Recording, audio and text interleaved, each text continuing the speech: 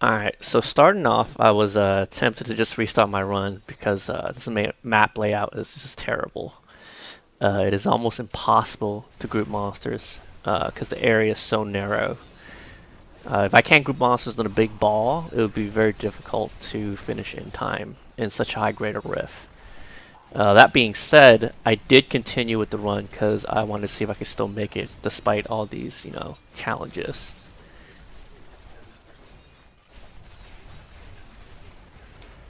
The strat for the Bone Spear is fairly simple. You want to be casting Bone Spear when it's your poison rotation because your Bone Spear has the rune where it deals poison damage. What I like to do is look for the rotation right before poison, which is physical. That way you'll know when to position yourself to start firing off Bone Spear. During the physical rotation, you want to be doing two things. One is you want to be gathering essence with your Grim Scythe ability. Then, as the poison rotation is about to start, you want to blood rush or move to a location where your Bone Spear can deal the maximum amount of damage.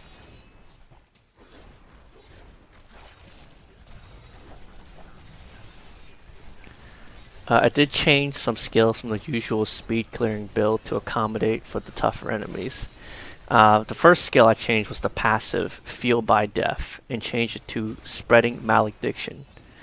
We don't really benefit from the increased movement speed because normally we're just standing still and shooting Bone Spear most of the time. Instead, we drop it for Spreading Malediction to increase our damage by 1% for every enemy cursed. I also socketed Dante's Binding in the cube, the middle slot, for 50% damage reduction whenever there is a curse applied. To gain the damage reduction from Dante's Binding, I dropped Devour to Decrepify with the Dizzying Curse rune. What the curse does is that it slows our enemies, which procs our Crispin Sentence and Bane of the Trap Gen for even more damage. If you're not using the Decrepify curse, you can also use the Frailty curse with the Aura rune, which kills anything around you with less than 50% health. That speeds up a lot of the killing, and all you have to do is, when they're low health, just run towards them and hit them with any ability. You can use your Scythe, Bone Spear, anything will die. I personally like to manually cast Decrepify instead of using the Frailty Aura because I can stack more curse on enemies, meaning my Spreading Malediction passive would deal more damage.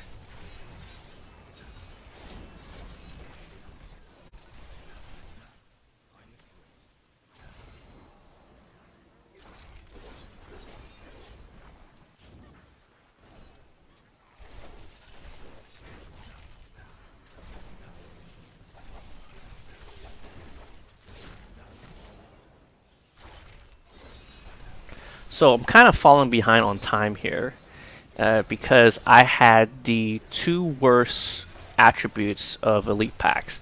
The first pack was Juggernaut, meaning he has a lot of health, and he can't be crowd control, meaning we do less damage with our Crispin Sentence and our Bane of the Trap.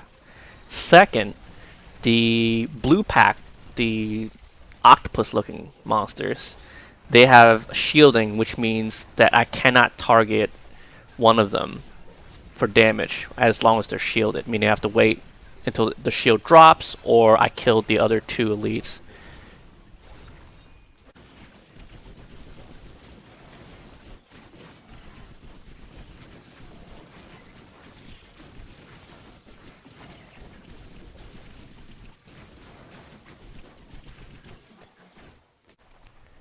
So as we approach level 2, it's another mediocre level.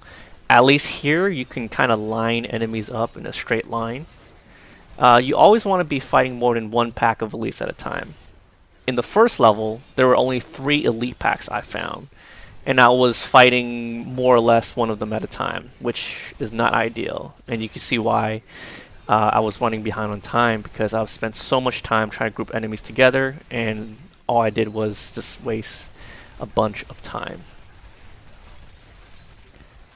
Here I see an elite pack. I try to go move forward to see if there's another elite pack, and I see a channeling pylon.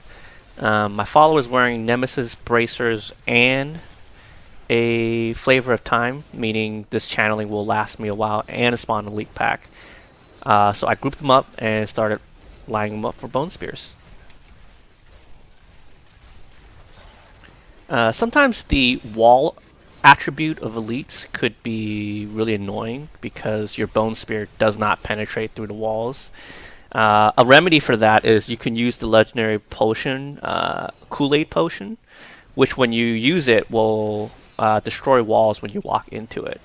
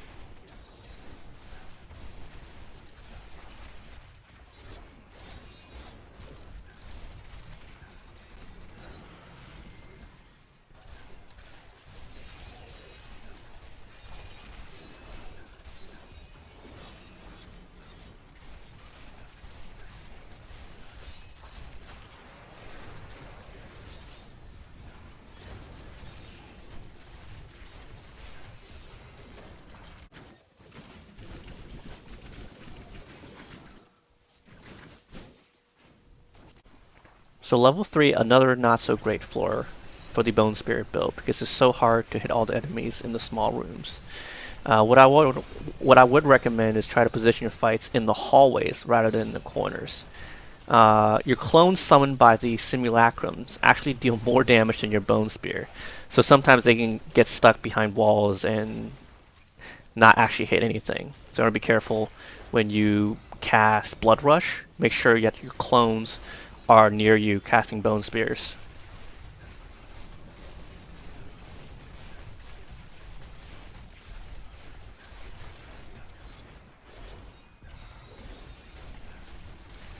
So I come upon another elite pack, but this time it is another Juggernaut, and he's stuck in this narrow corridor, which I cannot fire bone spears into. So instead of just wasting another maybe 2-3 minutes of clearing this mob, which would give me like about 5% progress, I just skipped him and went to the next area.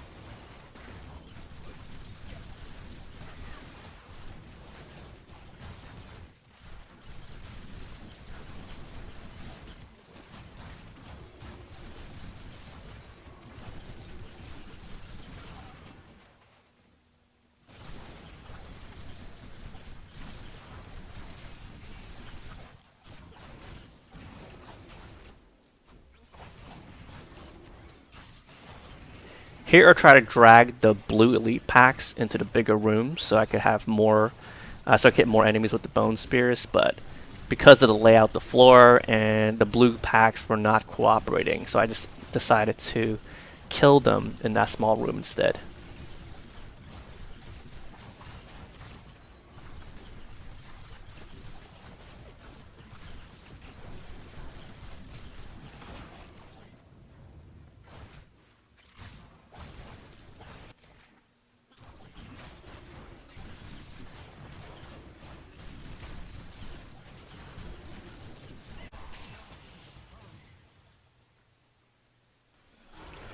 So I get the Skeleton King for the Rift Guardian boss. Is actually Really lucky because he's easy to kill.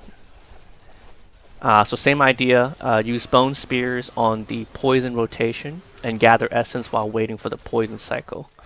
You can also equip an Oculus ring on your follower, which creates a yellow circle on the ground that amplifies all damage while standing in it. It is a bit awkward to use for the first time because you want to position as far away from the target to maximize bone spear damage, but then the yellow circle spawns right next to the boss. So what you can do is clear a regular trash mob right before your poison rotation, and your follower will always drop an Oculus circle in that area.